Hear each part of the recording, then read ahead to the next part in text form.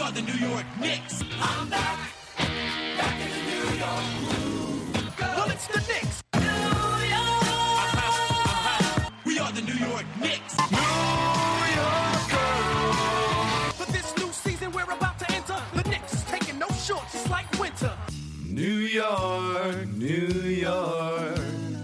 New York be about the Knicks, huh? But the best thing about New York City is K-N-I-C-K-S. Everybody say go New York, go New York, go!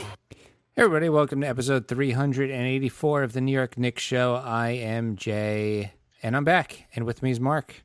And I'm back too. And I'm gonna start the show by saying one of us has not recently been in a prison in Thailand.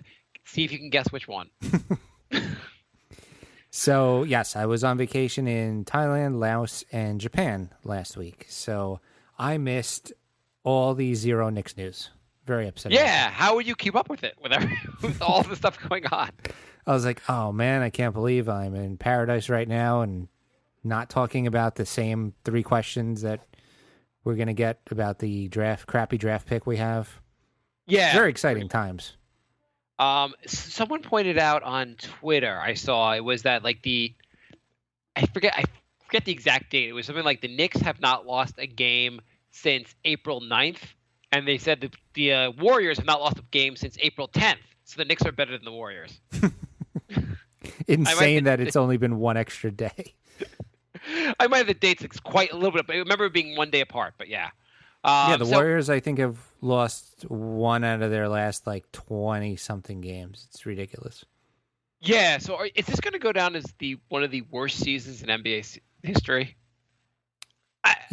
I mean, first of all, we picked the finals matchup and probably the finals winner before the season even started, and there's no other sport where you can do that. The thing is, I kind of look at this like, if you're going to pick it ahead of time and you know they're going to go against each other, that's fine. If the playoffs are terrible, the whole season is pointless. The series better be really good. I want the series to be like Mike Tyson versus Vander Holyfield. I want to see them slugging it out. I want to see this amazing 7-game series that'll make the entire season worthwhile. Instead, this is like Tyson's versus Sphinx, where Sphinx was like 82-1 and then fought Tyson and lost in 7 seconds. Yeah, so what I need in Game 3 is I want LeBron James to get real close to I guess Steph Curry, like lean in and bite his ear off, because that would I picture these teams going through the playoffs kind of like in like an action scene in a battle where you're throwing guys apart and you're like, we're gonna fight, we're gonna finally meet on the field of battle, and so far it's just been like Golden State's just a better team. Way better. They are really good they're at on basketball. a different level. I mean, we kind of knew this going in. They basically, a finals team added the second best player in the NBA to their roster. Yeah, they were like, Harrison Barnes scored like 20 points last year in the entire finals. So if Durant does a little better than him, they might be really good. I mean, how much? So here's the question: how does this affect? Well, first of all, do you think it's going to be a sweep, or do you think Cleveland's going to take the next one? I feel like it's not going to be a sweep just because LeBron's so good. I feel like at least one game he's going to go off for like 50 points or whatever. On the other hand, something's really got to change for it to not be a sweep. I mean, LeBron had a triple-double, and they lost anyway, and it wasn't even that close last night. Yeah, they lost by like 20. I mean, it could very well be a sweep, which puts them in contention for one of the greatest teams ever. I mean, nobody's ever swept the finals. I mean, an entire playoffs. Yeah, I mean, the thing is, their bench also, like the Golden State bench has a lot. They have a lot more weapons on their bench. They do. They're going to have to reload very soon, but this year they are stacked. Yeah, if you just look at the benches. Let's just name who's the best bench player of both teams. Iguodala. It's not even close. Okay, who's the second best bench player? Both teams. Livingston. Yeah, okay, let's get Livingston. David West next. David West seems semi-washed up. I don't think he's been terrible. I mean, You know, in spot minutes, he's been pretty good. Yeah, I think he's been okay. Like, I think you'd have to go to, like, wait till number 4 to get to, on Cleveland, who's next? Shumpert? Shumpert wasn't bad. No, Shumpert's been a mess. No, on defense, he's not that bad. Yeah. Like, they're going to have to play him more, I think, instead of J.R. Smith. J.R. Smith has been the worst, which I'm loving. Garbage, yeah. Yeah, which is enjoyable. It's just, like, looking at the bench, pretty much most of the Golden State's bench is flat out better than Cleveland. Yeah. Like, that's been a major X factor in the series. Yeah, even who's that really young guy they're giving a lot of minutes to now? You thinking of McAdoo? I think so. No. Oh no, McCraw. No. Who are you thinking of then? Are you thinking of Jamal McGee, that young guy? McGee like even has looked like okay out there. Yeah. What's with every 3 days for the finals too? Well, also let's not start the finals at like Ian Clark. 9:30 at night. Ian Clark is who I was thinking of. Ian Clark, yeah. Ian Clark has been better than anybody on Cleveland. Yeah, I mean, what do you got on Cleveland's bench? You got Darren Williams, who's washed up completely. Richard Jefferson, who is shockingly still in the NBA. Shumpert, who can't finish at the rim, who can play some defense. And from there, there's even Channing Frye. No, Korver. Oh, Korver. Korver's been mediocre. Korver's a great 3-point shooter, and that's really it. He's not a great defender. He doesn't do much else on the court. Well, the problem is every single guy on Cleveland's bench is past his prime, and Golden State's defense is just smothering the crap out of them. I mean, as good as LeBron is, Kevin Durant. I mean, Durant has been the best player in the series so far. I didn't realize Durant was that good on defense. He's playing. I guess when you're 7 foot tall, it's not that hard to be that good on defense. Well, that's been the difference maker. The fact that they don't really have to double LeBron because of Durant. Yeah, that's been a huge factor. Yeah. I mean, Draymond Green hasn't been that amazing. Like that's the thing. Here's what makes me lean toward a sweep. Game 1, Klay Thompson was terrible, and Game 2, Draymond Green was pretty bad. They haven't been firing on all cylinders, and they're still winning by 20 a game. If everyone on Golden State has a good game, they're going to win by like 40 points. They have just such crazy firepower on offense. They are one of the greatest teams of all time, the Golden State team. There aren't that many teams in the history of NBA that have had this much offense. Yeah, it's crazy. I mean, you look at it, you have Kevin Durant. He's won the MVP, right? He's won at least once or twice. Yeah, he won 1, Curry won 2. Curry won 2. So you have 2 MVPs in the team. You have probably 2. Durant's obviously going to be a Hall of Famer. Curry probably. I mean, I guess it's too early to say who else is going to be in the Hall of Fame. But Curry will probably be in the Hall of Fame also. But you have such good players. They start 4 All-Stars. Yeah. I mean, if you're going to make a starting 5 from the rest of the West, it wouldn't be that much better. Right. I mean, outside of Pachulia, who's whatever. Outside of that, can we start calling Pachulia Ringo? Calling him Ringo? Ringo. Oh yeah. Yeah, just happy to be there. Yeah. So I have a question. So, do you think Durant, does this make his legacy that much greater if he wins the title here? Yeah. Well, do you think it's diminished a little bit by the fact that he joined the best team, arguably the best team in the NBA? I think people put so much emphasis on rings that it doesn't matter.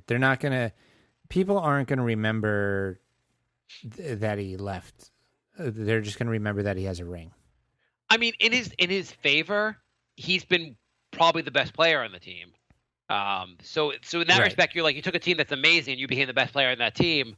But still, you joined a team that won 73 games last year. They're supposed to be in the finals anyway. They're supposed to win the title anyway, even before you got there. Yeah. No, I don't think it takes away. He joined a team with 3 All-Stars, and he's the best guy on the team. Yeah, it's not going to put him in the. He doesn't go you're not going to say Durant is now one of the greatest ever. He has to do a lot more than just win 1 title here with the Warriors to take him to whatever level you want to bring him up to. Yeah, but if they rip off 5 championships in a row, then I don't think they could. how does the salary cap let them rip off these many titles? I mean, they could, because he said that he doesn't want. He said he would sign for a discount to keep the team intact. So basically, if he takes a LeBron 1 year opt out, 2 year opt out after the first year, lets Curry max out, then in that second year he can max out. So then you have their top 4 guys all locked in for 3 to 5 more years. Yeah, if you keep those 4 guys together, you're going to win a couple more titles. And so if you lock those guys in, all you got to do is fill up your bench spots, which everyone's going to want to play for them. Yeah, because you got a title. I mean, Iguodala is probably going to leave this year. He's going to be a free agent, right? I don't think. Why would he leave? Get more money elsewhere. No, he's 33. He's playing 25 minutes a game and winning championships. Like, does it get any better? What is he going to do? Go to another team, play 37 minutes a game, burn himself out, and not win a championship? I think Sean Livingston's like, I used to be injured a lot. Now I play some meaningful minutes a game and I win titles. It's much more fun. Yeah, no, there's no reason for either of those guys. Like, unless they're like, oh, I won a championship, now I want money. But I don't know if you want to do that. Are you really going to be that happy if you're on like a 25 win team, but you're making a little bit more money? Will the NBA step in if during this offseason LeBron signs with the Warriors? I mean, he might as well. Right? LeBron's just like, screw it. I'm going to win every title the rest of the time with this team. He joins the Warriors and still complains about his cast. I mean, I don't like LeBron, so I am enjoying that part of the finals. I mean, he's going to go through. I mean, obviously things could change dramatically. Who the hell? I mean, last year they were down 0-2 also when they won the series. But assuming they don't win the series, LeBron will be 3-4 in the finals. Which, Yeah, where do you? So people are always talking about the. I mean, just because LeBron's got 7 straight appearances in the finals, they're talking about MJ versus LeBron. What do you think? How much does him not winning this year hurt him in that discussion? I mean, he is going to have 4 losses in the finals? That's a lot. That's a lot. On the other hand, he made 7 straight. 7 straight's a lot. Yeah. I mean, that's a lot. I mean, like, this is wait, he'll be 3. He'll be wait, is that right? He'll be 3-4. He's been to wait, so it was the 1 in Cleveland. Then he went to 4 with Miami. That's 5. He'll be 3-5, right? Yeah, 3-5. Yeah, is he already 3-4? Yeah. He was 2-2 in Miami, lost the 1 in Cleveland, and 1-1. Yeah, so he's 3-5 now. He'll be 3-5. 8 finals is a lot of finals. Plus, what is he? 34? No, he's like 32. Is he 32? Yeah. Okay, so he's going back to 1 or 2 more finals. He'll have gone to like 10 finals. He's the first guy to go on to 7 finals in a row that wasn't on the 1960 Celtics. Yeah. I mean, if Jordan besides those teams that won to like 9 straight, like it's just him.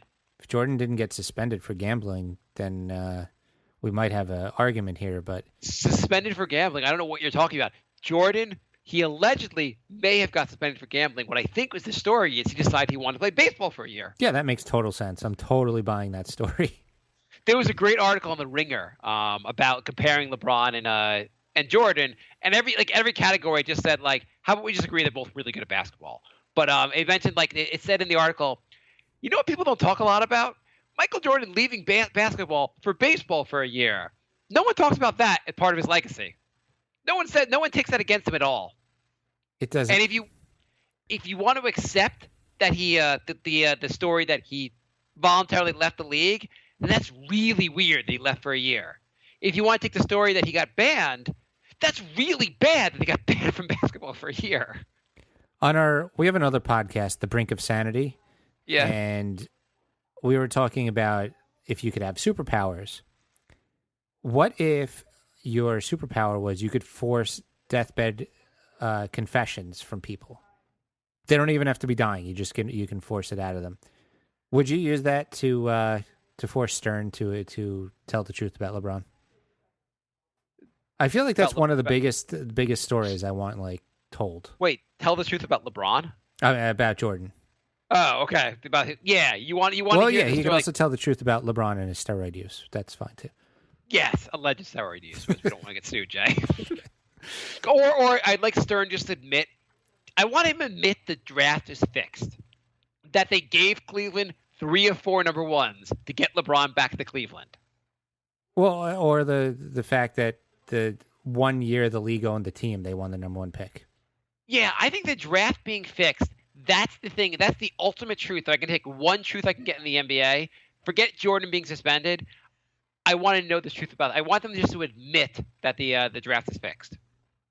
I want to know how they're doing it, how they choose it, like everything behind the draft. Yeah, that's a good one. I really would rather know the Jordan one, but they're both good. Yeah.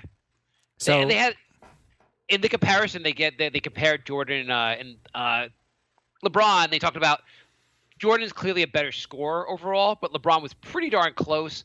LeBron's shooting percentage, like if you took the true shooting percentage, LeBron's actually is higher than Jordan. They compared him on D. It was all about basically. At the end of the day, they're both really, really like. I'd say they're 1-2, whatever order you want to put them in is fine. Yeah, I mean we should almost start saying 1A, 1B. I'd probably put Jordan ahead of LeBron, but like it's too like either argument. Here's a question. So if you're building a team, the two categories I asked them on our Facebook page. If you're building a team, and the other category you have to just win a 7-game series. Building a team from scratch, you can have one of their two careers. Would you rather have LeBron's career or Jordan's career? Or like his had to have you have Jordan his whole career versus LeBron his whole career on this team. Building it, that's so tough. Because I feel like LeBron, because he could guard pretty much every position, and he's such a great distributor, you'd kind of want him on your team because he'd be better. He'd just make a lot of guys better.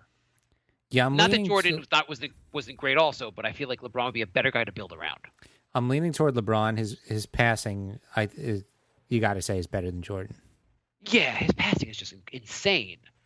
He's like Magic Johnson with the Jordan powers. Yeah. On the other hand, if I want to win a 7-game series, I feel like I take Jordan over LeBron in a heartbeat. Oh, hands down. Jordan never quit in the middle of a playoff series.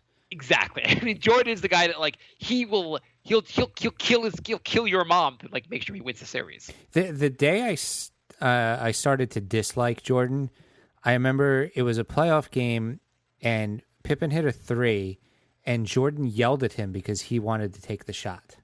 And I'm like, this is not a good teammate. They also, when they talk about the debate of like number of titles won, like Jordan's record versus LeBron's record, the point that was made also was, are we penalizing LeBron for going so far? Like, he's made it to 7 finals. What about all the years Jordan just didn't make the finals? He lost those years also. We're just not counting those years. Right. Like Jordan lost in the first round twice. LeBron's never lost in the first round. Right. Yeah, that's a good point. It was just an interesting comparison. I have to say there are certain things arguments I've seen on Twitter when people are debating this. It's a fine thing to debate, but it have drove me insane as far as like the MJ versus LeBron arguments. Okay. The first one I hate is that someone goes, "Well, the only reason you think LeBron is because you never watched Jordan play." I don't understand the idea of like if you think LeBron's better, that means you just never saw Jordan play. There's no way you could have seen Jordan play and not thought he was just a far superior player. People like making ridiculous arguments like that. The next argument, this is not really a top 5, but the argument is that they'll be arguing back and forth. They'll go, "Well, you obviously never played. Anyone who played basketball understands how it really works." I've had people say that to me, and I'm like, "Well, I have played, so." It doesn't even whether you like. That's where you're like, "Oh, you never like." Oh, I didn't realize we were arguing. I didn't know what a basketball was. You're right. It's like just like these weird superior, like, "Oh yeah, I played some rec league, and you don't know anything because I played rec league, or I played some high school basketball, and you don't know anything." Like, it's just a weird like weird like place to go in your argument. It is. And then recently I've noticed that also people have been knocking Scottie Pippen. They were saying like, well, like people have been making the argument that like LeBron left Cleveland, but he had nothing in Cleveland. And people are saying like, well, MJ had Scottie Pippen, one of the greatest players of all time, with him most of his career. So that was a difference. So now people are saying, oh, well, Kyrie Irving is much better than Scottie Pippen. Or Dwayne Wade is much better than Scottie Pippen as a way to help their argument for Jordan. Yeah, but that's not true. It's not true, and stop talking about other players. Yeah. I don't know. I just felt weird. Also, the fact that do you think the fact that LeBron changed teams really hurts him in the Jordan argument? A little. Because I think on the other hand, I get the idea that Jordan stayed there the whole time, but what would LeBron have if he stayed in Cleveland the whole time? Yeah, but he doesn't win. I mean, the reason he made all these finals is because he formed 2 super teams. Right. The teams he had in Cleveland, he had garbage on his team. His team was who were the best players on his team when he was in Cleveland? But I think the argument is Jordan didn't have a super team. Well, the argument also is the counter is that he didn't have to. He had Scottie Pippen there the whole time. Can we talk about the Knicks? Yeah, let's talk about the Knicks. Okay. Yes. Yeah. Anyway, let's work a trade. You've heard about the Trailblazers rumor? Yeah. So apparently they are willing to trade one of their first rounders along with a bad contract. Yeah, they're willing to use. They have 3 first rounders, the 15th, 21st, and 21st, and 27th. 2 picks in the 20s. We're not here for facts, folks. They also have 3 really bad contracts. So the bad contracts, they got Alan Crabb, who's pretty bad. Evan Turner's pretty bad. What's the third bad contract? Myers Leonard. Miles Leonard. Okay. I don't think they're even too happy with Harkless. They have a lot of bad contracts. But Harkless gets about $9 million a year, and Leonard gets about $9 million a year. Both 4 years to go, so that's a lot. Mm-hmm. But Turner gets 4 years. He has 4 years, $64 million, and Crabb has 4 years and $72 million. Those are the really bad contracts. Yeah. And if you're Trailblazers, you have some really good players to build around. You got Lillard, you got McCollum, and you got what's his name, and now you got Nurkic.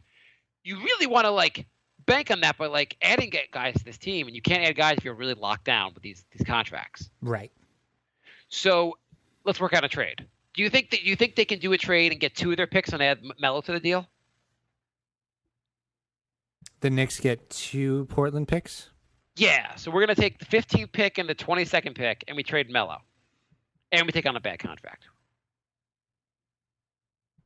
I think we would need to take on 2 bad contracts. Okay, 2 bad contracts. I'll take all the bad contracts they want. So Melo makes $24 million a year ish. Yeah.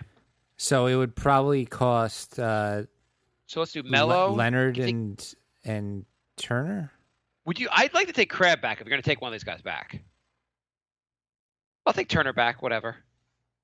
I guess do you think they want to get rid of Crabb more or Turner more? Turner more, probably, right? I think Turner and Leonard are probably the 2 guys they want to get rid of the most.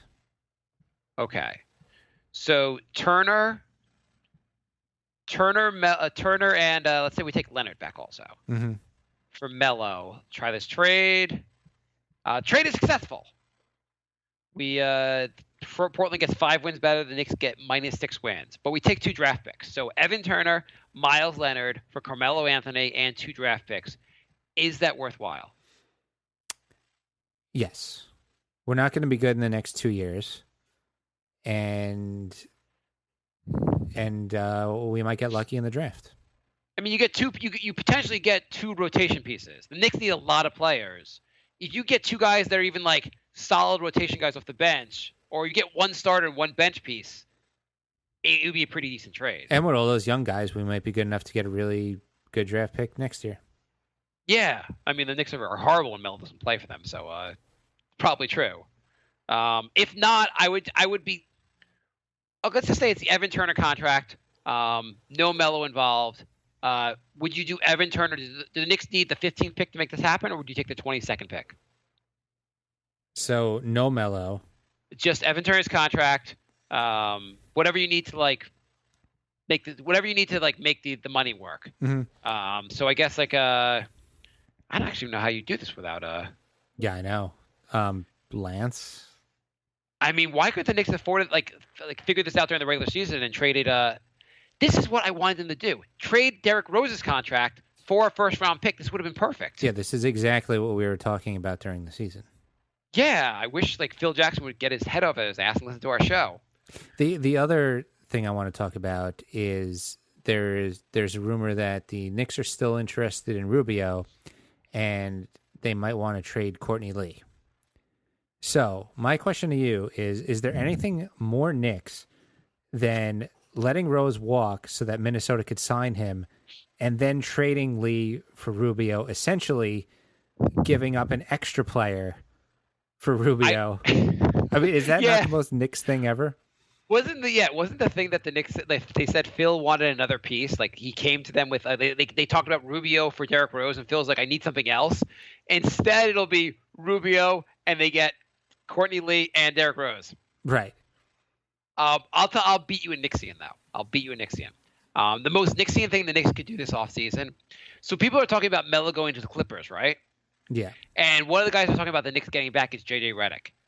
And to make the contracts work, they're saying that JJ Redick would the Clippers would do a sign and trade with JJ Redick.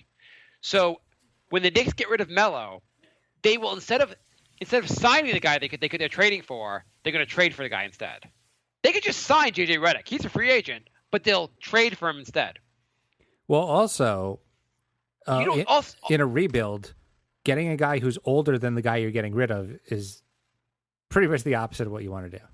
But it's also the craziest thing with like Melo. Everyone's biggest criticism with the Melo trade in the first place was the Knicks didn't sign him; they traded for him, and then when they get rid of him, they trade for a guy they could have signed. My hate for this team is growing exponentially. Oh my god! I don't know what this like. I can't imagine next season they start the season they go, well, maybe we'll trade Melo at the All-Star game, at the All-Star break, whatever, or the trade deadline. You can't keep going on. Like if the team's not going in the right direction with Melo, I mean, no criticism of Melo, but like if you want to move on, move the freak on. Like how much better is it going to get? No, if they don't trade him this offseason, he's staying the rest of his contract. I think Phil should just come out and just say to the fans, hey, I screwed up with the no trade clause. My bad. Right. Like that was just if you didn't have the trade, at least you could trade him something. You'd have a couple more teams in play here. You could make something happen. Like, so here's an idea I thought about. In the eyes of like I'm thinking about the Celtics Nets trade, which was like one of the greatest trades ever. The Nets are just one of the dumbest franchises in like modern times. So Prokhorov ended up being one of the worst owners in history. Yes, hands down. Yeah, he's worse than Dolan. So why not go to Cleveland and go, hey, I realize you have complete garbage to give us. Right? We don't want Kevin Love. You don't want to trade Kevin Love anyhow. Whatever you're also going to give us is going to be complete garbage. How about you give us your first picks for in the year 2022, 24, and 26 for Melo? Like just guess at them a couple first round picks that are from like 5 or 6 years from now.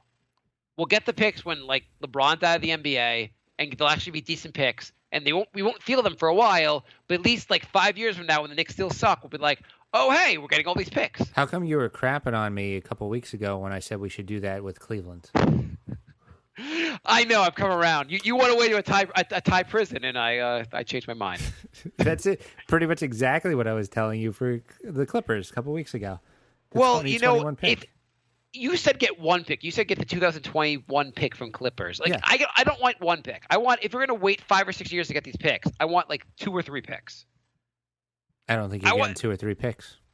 You should be able to get 2 number ones for Melo if the number ones don't start for 5 years. You say Cleveland, hey, you're all in now. You just got swept by Golden State. Your bench is horrible. How about adding Melo to your team and you just give us 2 picks? Like you win some more titles now, and we'll take post LeBron era number 1 picks. Yeah, you probably shouldn't phrase it like that. Don't let them in on what we're thinking. Yeah, exactly. They're like, oh, I was just gonna do it, but then you're so Knicks. We're not gonna do that now. And you started salivating when you were talking about those sweet post LeBron picks. You kind of by then your team will be really bad. Those picks will be really high. It'll be such an amazing deal for us. You want to do it? Yeah. I mean, I'm all for something like that. I think. Well, I was going to say we got to be smart, but when does that ever happen? I mean, the problem also is that we have all Phil has proven that he's not very good at making trades, and this is a big trade for us. You know he's going to screw it up. Oh, absolutely. He gave Tyson Chandler away. The guy a year removed from winning the Defensive Player of the Year, he gave him away for almost nothing. Yeah, I mean, I don't have much faith in him doing the correct thing here. He gave J.R. Smith, whatever you want to say about him, he's a starting 5 player on a championship team for nothing. Do you want to do some questions? Yeah, that seems. One thing that. One thing I want to talk about real quick. So one thing that's been driving me a little crazy in watching the playoffs, like just, when a guy shoots for 3, and obviously if you just touch him, he gets a foul. Mm-hmm. But you also have to let the guy land. So if you interfere at all with him, like even if you don't touch him, but you interfere with him landing, they call a foul, right? Yeah. So, but if you're near the basket, if you're in the paint and you jump in the air, people can just kick your legs and know they don't care. Yeah. Why if you're far away from the basket, do we care so much about you having this soft landing? But if you're within the arc, it doesn't really matter. I think Jeff Van Gundy was talking about that during the game. He was saying the NBA wants to be a 3-point shooting league, Yeah. and they're kind of like influencing players to not drive by not making those calls. Yeah, no, that's a solid point. It's absurd. Like I don't know. The NBA just drives me crazy with some of these things. You're right. They probably have like, this is what we want, how we want to make the league. So let's like call these things and don't call these things. It's just I can't think of another league that tries to manipulate the way it's run, like micromanaging, like how players are even playing. Like, Yeah, like baseball wouldn't like do something to the baseball to make more home runs,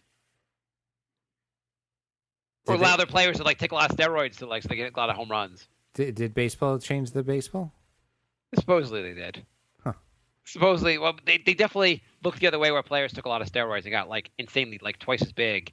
And then there were rumors that they changed the baseball, though no one would actually confirm that the baseball was like manipulated. But it's another one of those frozen envelope type of things, huh? Yeah, but the frozen envelope didn't happen because the Knicks like just randomly like got lucky and won that draft. And DeBusschere just randomly had a Ewing jersey and is ready to go. Well, whatever. We've been screwed ever since. The whole thing's fixed every year. Like, why can't it be fixed in our favor? Maybe that was the deal. Hey, DeBusschere, you're going to win the number 1 pick, but we're going to screw you for the next 35 years. So, like, I don't care. I'm not going to be with the team after this. The future? We're Knicks. We don't think about that. Okay. Yeah. You have a question? Oh, so the draft is coming up. Let me just get your take real quick. Now we're picking 8th, right? That happened while you were gone. Yeah, super excited that we once again did not move up. We moved back, actually. You know that. Of course we did. I couldn't even figure out how we moved back. I had to I wasn't even it took me a while to figure out how we even moved back. Yeah, but you forgot about all the winning culture we got. Because they got Philly got the Sacramento pick or whatever it was. Because Sacramento moved up ahead of us. But Philly got that pick. I think that was it, right? Whatever it is, that you knew we were going to get screwed. Who's your call for 8th? Who do you think the Knicks? Who do you think and who do you want? I think it's going to be the player after the Hall of Famer. Obviously. I want the Hall of Famer. But come on. Doesn't the guy Smith look a lot like J.R. Smith? Okay, so the guy Smith, Dennis Smith, who is 15 months removed from major, I think he tore his ACL. If he plays for the Knicks, he will play 7 games for the Knicks. They will be amazing games. He'll never play again, and that'll be that's what will happen. I also don't want anybody named Smith who looks like J.R. I am predicting it'll be Ntilikina. I think that French dude, it has to be the French dude. There's no one else it could be. I think it's going to be him too, just because he seems like he's a triangle player, and Phil is determined to ruin our lives with the triangle. He's supposed to be pretty solid at defense, so that'll be helpful. anyone can play defense. They've heard they say Dennis Smith's not the most amazing defender either. And Smith is going to be injured, so I don't want to draft any guy coming off 15 months ago ACL injury. Like I'd rather guys injure themselves as a Knick, not with like make their first injury be as a Knick, not before you get here. Right. Okay. Questions. You want to start with the email? Yeah, I'm not sure if you read emails while I was gone. I'm not sure I remember what happened while you were gone. Okay. Stop me if I read this one. Stop me if you heard this joke before. Jamel writes, I do not want the Knicks to get Fultz. Have you seen his defense? You read this one, right? I think so. Yeah. Well, you guess what? The Knicks aren't getting Fultz. Thank you, Jamel.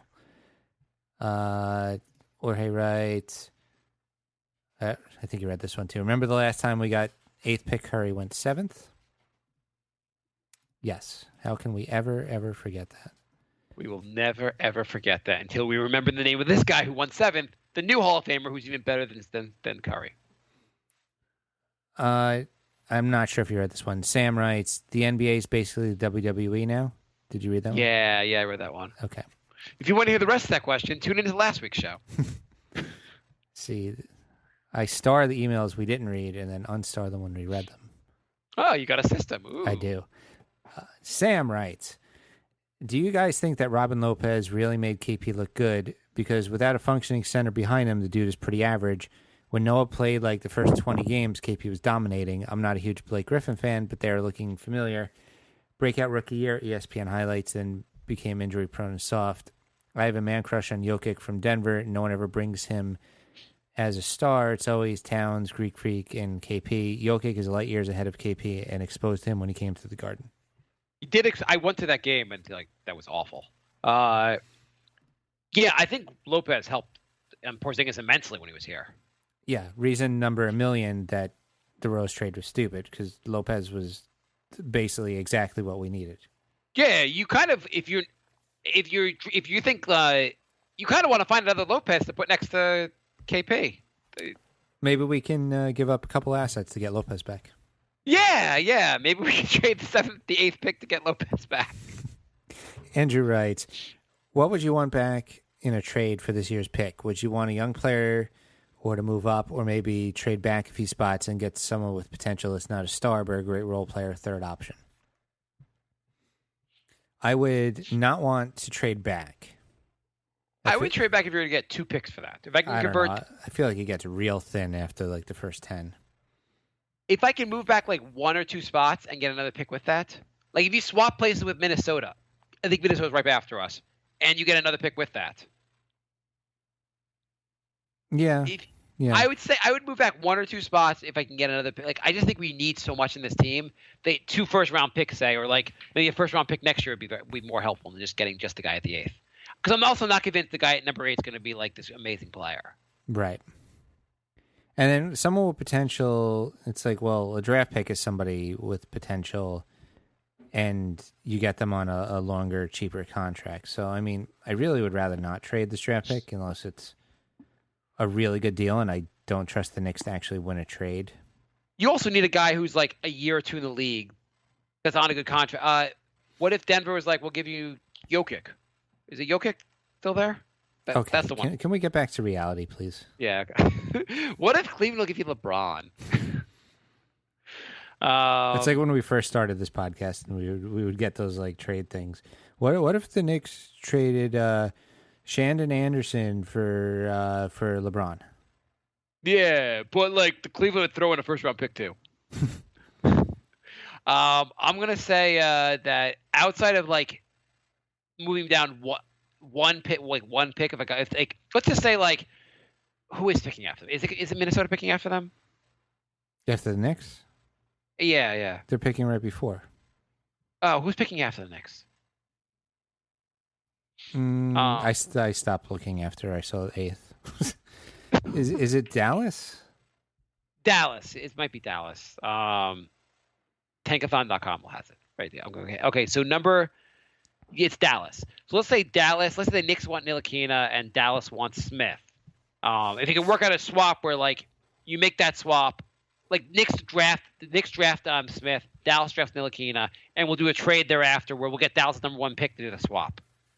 like a Penny Hardaway, Chris Webber type trade. Right. That I would do if you already you draft the guy and then make the trade thereafter. Okay, fair enough. Moving up, I don't think the Knicks are going to be able to move up. No. Who's going to move? What are they going to give up to get a team to let them move up? Yeah, exactly. If you package Melo with the 8th pick, how much higher could you really get? Actually, the Knicks, he won't even go to any of these teams.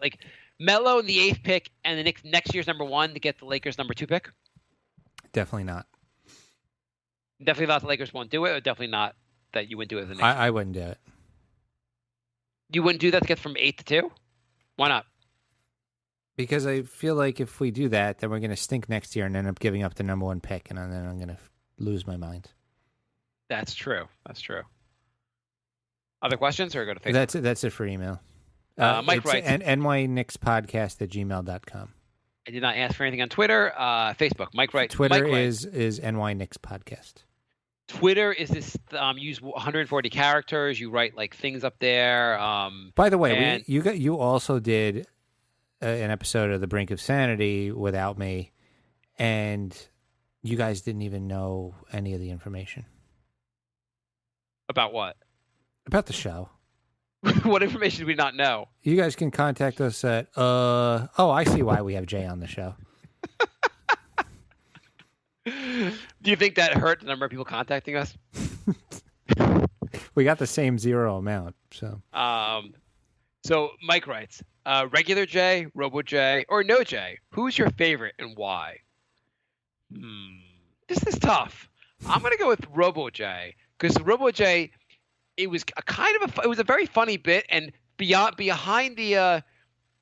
audio, you could the Robo J, you could hear Jay's just being tortured. Which Jay do you like better, Jay? Last week I kind of liked No Jay. You kind of like No Jay. You thought No Jay was better? I thought it was fun actually listening to the show and not having to,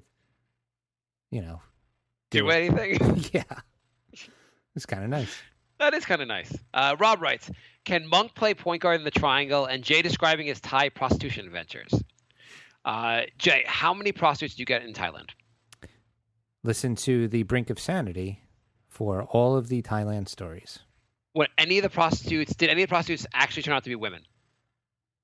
Again, listen to The Brink of Sanity. Which we'll be recording soon. Monk, it's not supposed to be really a point guard, so. And you know what? It's annoying finding players that fit a system that in 2 years it's just going to be a forgotten system. Why, if the triangle is such a great system, why is no one else obsessed with using it? I also love the people that will point out on Twitter or somewhere well, look, the Golden State Warriors use a lot of triangle, and look at this team runs triangle sets. You know when you were never saying this? Prior to Phil being on the Knicks. 5 years ago, no one was like, hey, look at all the triangle sets being run on this team. Well, I mean, there's also a difference between running sets of the triangle and running nothing but the triangle. That's where the problem lies, really. Nobody's saying bad things about taking aspects of the triangle. Obviously, Melo hasn't completely bought into the triangle, and the whole team hasn't really bought into the triangle. And if they all bought into the triangle, it would look a little better. But I've got a question for you. What do you say? I've got a question for you. Yeah. What does Melo actually buy into? Because every single coach and every single system we've had, Melo doesn't like it, and Melo doesn't want to do it. He buys into Chauncey Billups as his coach. It seems like he just buys into, I want to ISO and not play defense, and everything else is horrible, and I'm going to pout if I don't get that. Well, there's certain players that will adapt to systems, and certain players you have to just build around them. And I think Melo, he's been very clear about this, but his actions throughout his career. You just have to build around Melo. He's going to be what he is. You could build around him, and you could be really good with him, but you have to build around you have to build around him. You need a point guard that can tame him, the way Chauncey Billups did, or Jason Kidd or Tidd to some extent. You need a lot of shooters. He's not going to go into your system. You can't change who he is as a player. That's great. No matter how frustrating that is. You know what? We should give that kind of guy a no trade clause. Well, at least like you give a no play clause after he already proved that he already seen him see what he was going to do on the Knicks. Right. Hey guys, I could take you nowhere, and I'm really bitchy. Can I have no trade clause? I mean, the year he won 54 games, he was pretty good, right? Yeah, but he was still doing his thing. But he wasn't doing anything different. That he was the same Melo he's always been. It's just that we built a better team around him, like a team that was more built to him. Yeah. I mean, once Amari was injured, once Amari came back, then we screwed things up again. I don't know. Okay, next question. Yeah. Okay. Rob, right? Oh, sorry. Justin writes, I discovered your show while living in Bangkok for 5 years. Back in the States now, I'm dying to hear how Jay enjoyed eating and drinking all meals out of plastic bag from a push cart on the side of a busy, polluted street. LOL. Welcome back, bro. Funny thing is, I know exactly what he's talking about. BrinkOfSanityShow.com or the Brink of Sanity on iTunes. We'll record Thursday night. Yes. Ralph writes, why did you bring back a bunch of junk food from your trip? Again, this is more of a Brink question. Yeah, short version. There's a bunch of different flavors and stuff that we don't get here in the States, and I wanted to try them. Why do vegans feel necessary to shame other people when they eat non-vegan food? Ralph, could you write that question for the Brink show when I post the questions for Brink? Because I want to make fun of Jay for this whole junk food weirdness. I don't see what's so weird about it. Can we discuss this on Brink? Do you want to spend a whole half hour me making fun of you for this? Yeah, because I don't understand. Well, it's okay. Jaime writes, so Mark, the Mets have done all right since I asked you about them, but when are you going to make a Mets podcast? What do you think about Mr. Met situation and the Wilmer Flores play? Did you hear about the Mr. Met? He flipped off. He gave the finger to the fans, I guess. Yeah, did he get fired for that? Probably. I mean, I'm sure Mr. Met will still be. I'm just whoever's playing Mr. Met probably does not play Mr. Met anymore.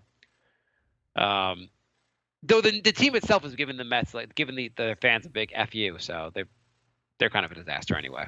It's not been a great season for the Mets. It's been a very Knicksian season for the Mets actually. Jaime writes, also, what do you think about Oakley going to court in August? I thought that was weird. Apparently he had an out, and he decided that he didn't want the out, and he's going to go to court instead. Well, I guess they offered him basically probation, which maybe he doesn't want probation. He feels like because it basically he has to stay out of trouble for a certain period of time, and which any of us would probably be fine with. But if you get in trouble with the law, he say gets a DUI or something like that, or a disorderly conduct, then the charges come back for this. Oh, speaking of DUIs, Derek Fisher flipped his car because he had a DUI. So Matt Barnes was able to lift his car and throw it in the air. Yeah. Where are Derek they now? Not the best ex-Knicks coach. He's okay though, right? Yeah. Only drunk people can go so fast your car literally flips, and then you just get out and say, "Yeah, I'm fine." Did I do that? The Oakley thing's kind of weird, but aren't you kind of dying to see it? Isn't that going to be more interesting than anything the Knicks did all season? Yeah, absolutely. Jaime writes, one more. When do you think they're going to see the Knicks put up a banner for a championship and realize it's actually the Warriors banner? Hashtag 3 questions rule. That's a Brink listener. That's the only way we're going to have a banner lifted anytime soon. Josh writes, does OG on a boom whatever Anu Nabi look like a triangle guy? No, we should not have a guy with that name on our team. We would have 3-hour shows because Mark would spend 20 minutes trying to pronounce that guy's name every time. What is it, Jay? I don't know. I didn't even look. Okay.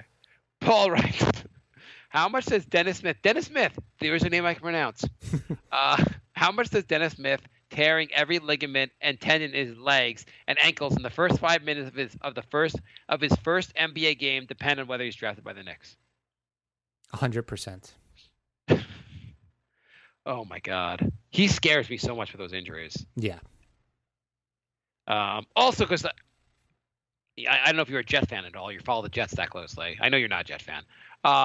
The Jets drafted a corner, like with the number 6 pick, who had a similar thing to Dan Smith, where he'd come off a major injury, but now was totally fine and be totally healthy. Forget the injury he had in college, and it's been like 4 straight years of him being injured.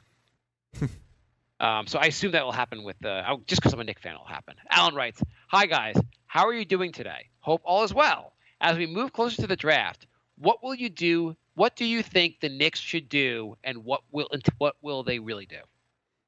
First of all, I want everyone to write us questions like they're writing us a letter from now on, because I like that.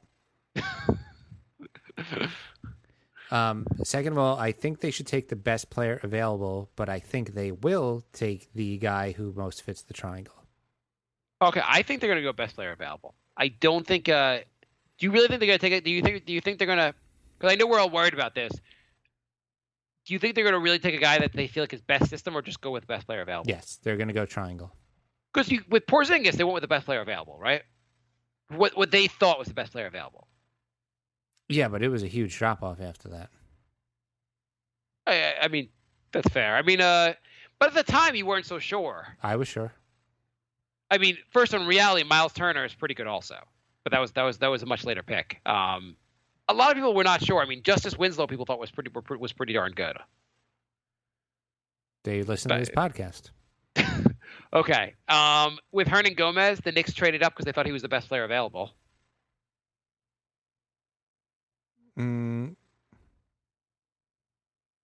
Yeah, you have compelling arguments, but I still think they're going to go with triangle guy. I mean, I don't even know what yeah. Alan writes, "We seem to be in trade talk with the Trailblazers about their picks. I would be happy to take on salary for extra picks. Also, the Knicks seem to be interested in trading Cock and Lee. Will we get good value for them?" No. Jay, so let me ask you, Jay, in your experience, can you get a lot of good value for Cock? Tune into the brink of sanity. The thing is, Cock only makes $4 million a year. What kind of value are you going to get for him? Well, the idea that some other team will be like, "Ooh, not a lot of money to pay for getting Cock. We'll be really excited for that." I mean, like he has value because he's a rotation player and he doesn't take up much of your salary cap. Right, but name other guys who make $4 million a year that are going to give us value. No, but the idea is that maybe a team will give you a draft pick for him. You can get a second-round pick for him. And then are you getting value for him? Like, is that second-round pick going to be any better than Cock? There are some second-round picks that are pretty good, that have turned out to be pretty good in the NBA. If you just want to take more gambles, basically. Yeah, let's just base our entire franchise on taking gambles. I mean, the question really is... Because that worked out this year. How much is Cock really doing for us? If Noah is remotely healthy next year, and you already have Hernan Gomez... You could have stopped right there. Yeah, okay. But I guess really, like, do we need Cock right now? No, like, we don't. I'm just saying, like, with our injury-prone roster, like, having a guy making $4 million... But good teams need value players that are like players that are like a good team needs a guy like Cock. The Knicks don't necessarily need a guy like Cock because the Knicks are gonna be bad either way. Do good teams need a guy like Cock? Yeah, like if you're the Spurs, you could use some Cock because you're already like pretty close to you already have a pretty high salary. You don't have a lot of space to fit a lot of other good players in, but you could like if you can cram some Cock in there. What the hell is Cock going to do for the Spurs? I mean, okay, let's say Cleveland would be helped to have some Cock with them right now. Cleveland could use if some LeBron was like, if LeBron could play with Cock, he'd be pretty happy, right? LeBron needs some Cock. You don't think that, like, not that he'd be a difference maker, but like he'd be a better bench. He'd be a decent guy to have on the bench. I think LeBron would be happier with some Cock. Yeah. I think LeBron, as the GM, should demand Cleveland get him as much Cock as possible. And we're like 3 years old. Sorry, Chris. My kids who don't remember, I have a 5-year-old and a 3-year-old. every joke they make is poo poo, pee pee, my wee wee, like all they cannot stop making those jokes. And I realize like I'm like telling them to stop, and then like I get in the show with Jay, I'm like, cock. Oh.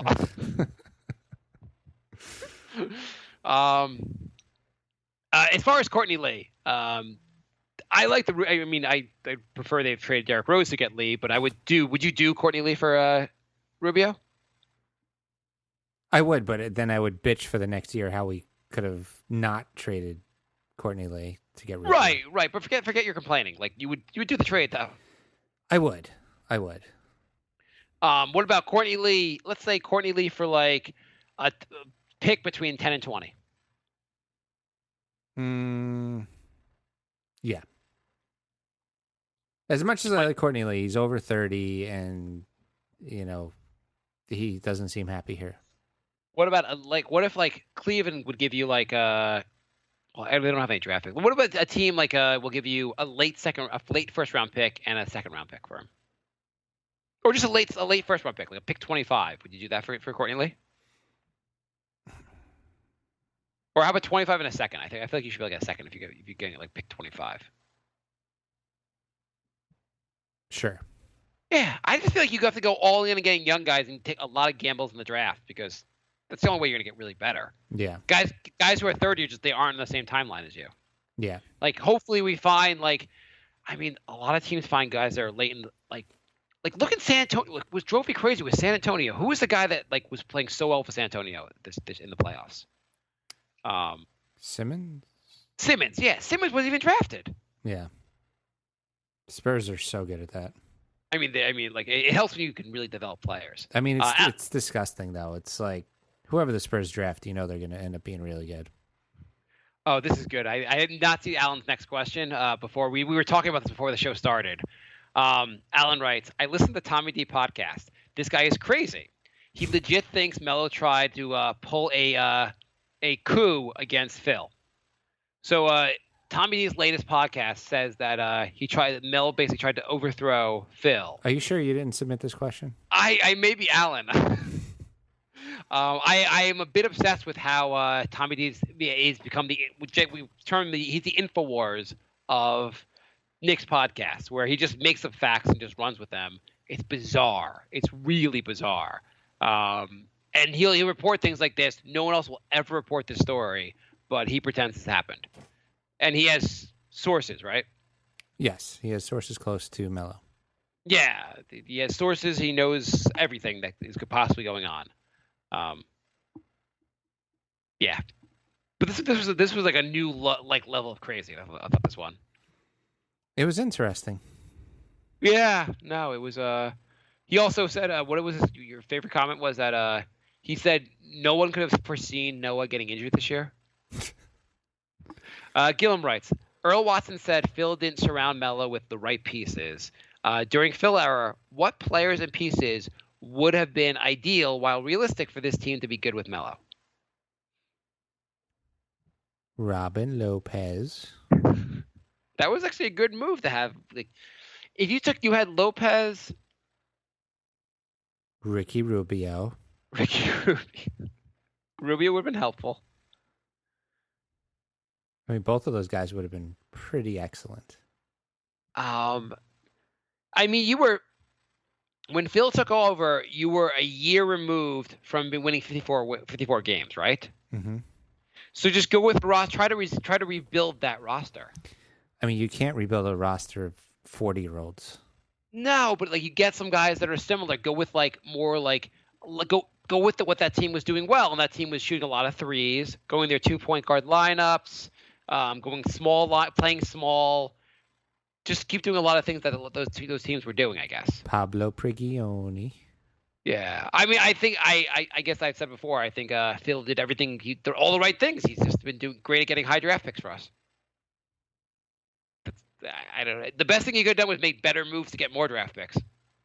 Yeah. We were never going to win with it. We were never going to get to the title, so we needed to rebuild anyway. Gillen writes, Willie was the other day in a Spanish program called Generación NBA. He said he's been told by Phil and Horny that next season the idea is for him to play at the 4 along with KP, who will play more as a 5. Thoughts? I don't know. Him at the 4, it's like his defense isn't that good, and he doesn't have an outside shot. He doesn't seem like a 4 at all.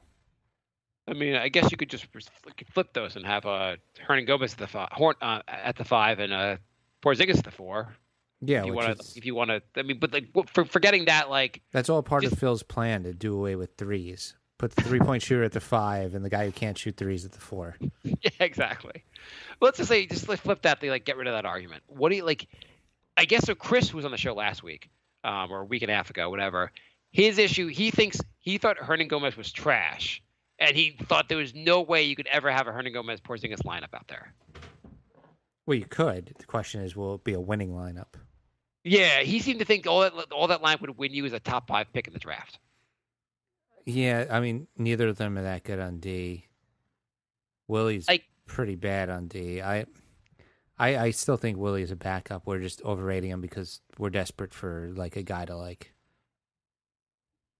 I feel like it's too tough to have them like play together, and I feel like Hernan Gomez is gonna be a great guy to have off the bench. Yeah, like you put Porzingis on the bench and put Hernan Gomez in the game, and it'll be a solid switch. Yeah. Which is not bad. No, not at all. If Hernan Gomez comes out to be like a guy that can play you 25 really good minutes a night or 20 really good minutes a night, then that'd be great. Yeah, absolutely. Hernan Gomez, six man of the year. Why not? JR won. Yeah. Gilliam writes, what was the sport movie followed in Asia from? What was the sport more followed in Asia from what Jay saw on his trip? Were the NBA playoffs a big thing? No. I would say, yeah, they follow baseball more. Okay. Well, actually, it seemed like maybe baseball is bigger in Japan and basketball is bigger in Thailand. Are you asking me? I don't know. No, that's what I think. So you found like in Thailand they were showing basketball was bigger in Thailand or in Japan? Well, it's hard because there was a 12-hour time difference, so it's not like either place was showing the games. So when you were in like say like the whorehouses in Japan, were they showing different things than the whorehouses in Thailand? Yeah. Okay. You know what they were all watching? What? Muay Thai. Muay Thai fighting. Oh, because I went to Thailand also like a number of years ago. I kind of like that. Was kind of cool like fighting. I saw a double knockout. It was amazing. Oh, that's pretty cool. Yeah. I saw like one place I saw it wasn't really like they were fighting. They were just doing like it was almost like ballet but Muay Thai, like a dance. Like they were like doing all these moves where like they'd react to each other. Like it was basically like watching professional wrestling but Muay Thai. Mm-hmm. You could tell it was super fake, but it was kind of cool because people were doing all these flips. Right. And then another place I saw guys actually like they had a Muay Thai guy versus a French dude who was more of a boxer, and the French dude clobbered the Muay Thai guy. But I don't know. Did you see a lot of Muay Thai stuff fighting there? It was always on TV. Did you go to any? No. Oh, why not? I didn't have enough time to like do stuff like that. Stuff like that's like time consuming. Oh, I saw one of them we kind of just walked onto, and it was like somewhere in like the street they were doing it, and then another place we went out of our way to go see it. I don't know. What did we learn today, Jay? We learned that the finals is a joke. Yes. We learned that the draft is coming up soon, and we're going to be disappointed. That's probably the case. Are we going to get excited about whoever the Knicks draft?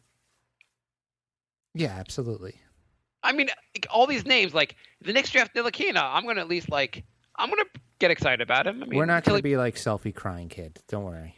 No, I like Dennis Smith. Like you're to unless the Knicks do something like wildly like idiotic. If they draft any of these guys that people are talking about, even Malik Monk, I'll get excited until until I see otherwise. Yeah, no, that's what you got to do. Those people who boo every draft pick are idiots.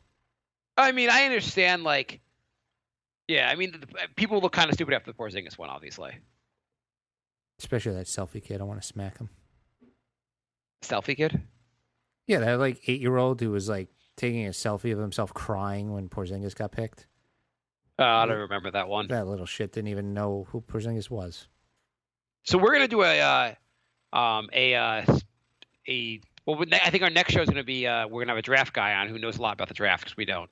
But then we're also gonna do a show during the draft. Yeah, because that'll be the next time there's anything to talk about. exactly. Do you think there'll be any? There's not gonna be any trades before the draft, right? Right. There might be trades on draft night, but I don't think there'll be any before it. Yeah. We learned that I don't freaking know what we learned. There's nothing to learn anymore. The Knicks are. How much? Here's a question for you. Knicks have how many players on the team? 15 players? 14. 14? 14 players. Who am I missing? Isn't it? I thought that we had 15 guys on the roster. Oh yeah, I forgot. We finally did fill that 15th spot. Okay, whatever. How many new players are the Knicks gonna have this year? Start of the season of the 15 guys. How many guys will be wearing a Knicks jersey for the first time? 7. I'll go with 8, just to top you.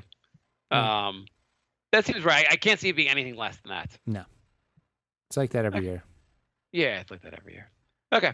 Play the All right. music. Thanks for listening, everybody. We will be back next week. Listen to the Almighty Baller Podcast Network, almightyballer.com, and also on iTunes.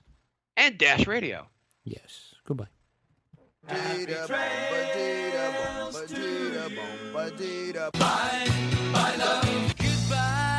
everybody.